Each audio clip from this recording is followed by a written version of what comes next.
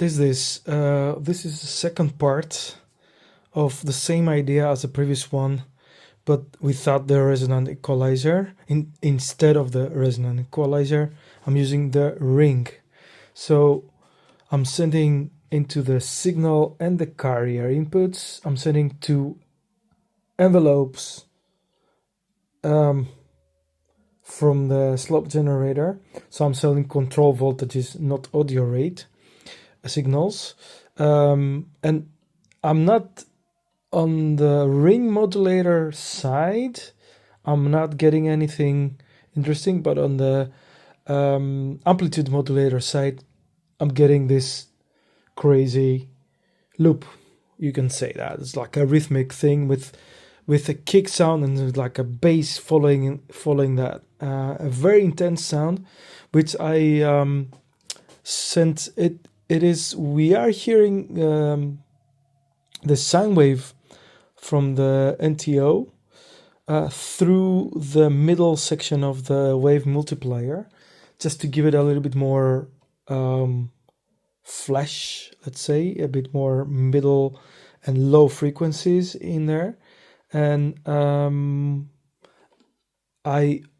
so just to make it a bit more clear, I'm sending the two envelopes into the ring, but of course I'm doing amplitude modulation, and then the output goes into the voltage per octave of the NTO, and that's what you're hearing through some wave folding from the multiplier. What else? Yes, I have a second channel that is through the lower section of the wave shaper to add a little bit more crunchy, distorted sounds. There's less bass frequencies, but gives you more middle frequencies. Let's hear that just by itself.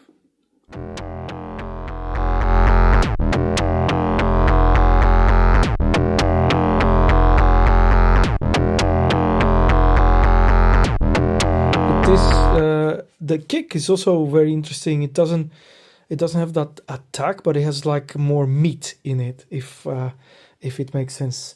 Yeah. So of course you can play with the frequency of the oscillator to find that the low punch exactly where you want it. And I also use the variable output, which also works great. It gives you more variation, obviously, on the sounds you're gonna get. And let's try that. Why not?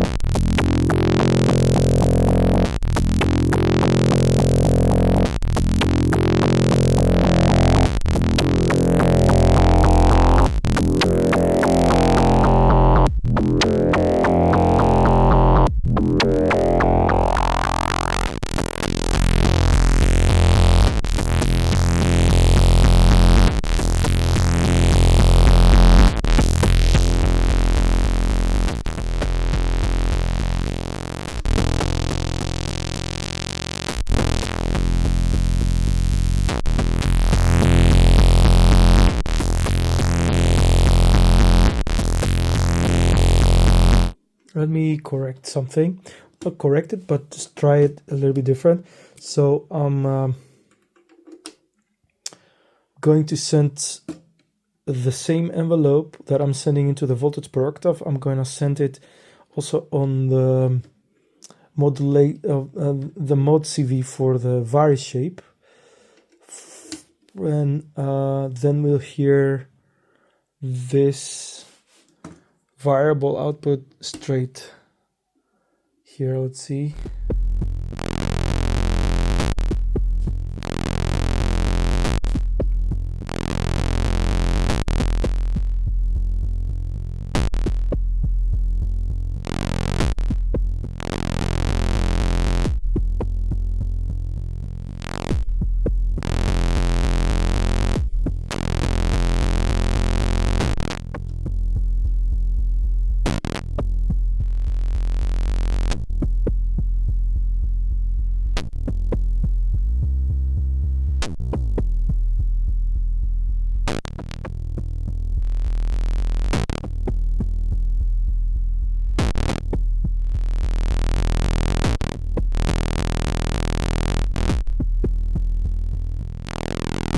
yeah, it doesn't work as good as the sine wave, I think, through the multiplier.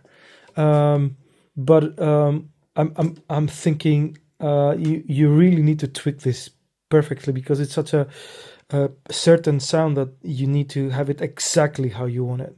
You need to sculpt it properly. And I did like more the sine wave through let's see. Yes, exactly. So that gives me a more clean result, a very usable sound as well.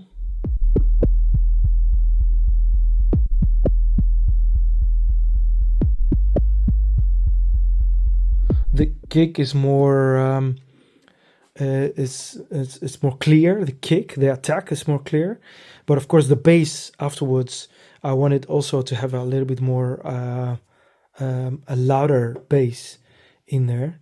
So yeah, I'm just getting ideas now. Like, let's see if we modulate the frequency with the same envelope.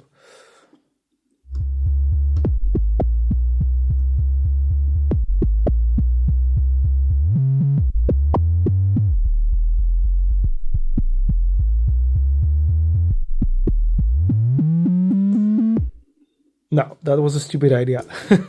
Anyway, we tried it. So eventually, I think the best solution here, it was to send the sine wave into the multiplier and modulate the folding with the same envelope, and then listen to the outputs. Let's go back, see if we can compare it now.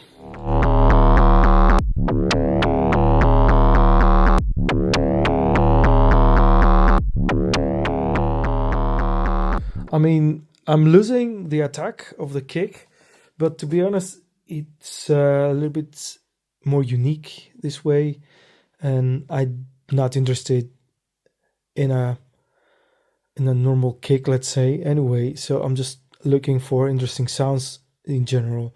So that was the idea. The idea is just and in general, the idea to send control voltages into certain modules that you're usually using them with audio. It works miracles on a Serge system. Of course, the VCFQ, the filter, is also working great. You can send you can filter control voltages, and you get different variations of different versions of that CV from the 4 outputs, and you can use them for modulating things. But this is a next level thing. I mean, how is this possible? I mean, I'm glad I don't know how this is possible, because I'm so enthusiastic when I found these things out, that I'm just spending hours on this. And yeah, I hope you do too. And I'll see you on the next one. Thank you for listening. Bye.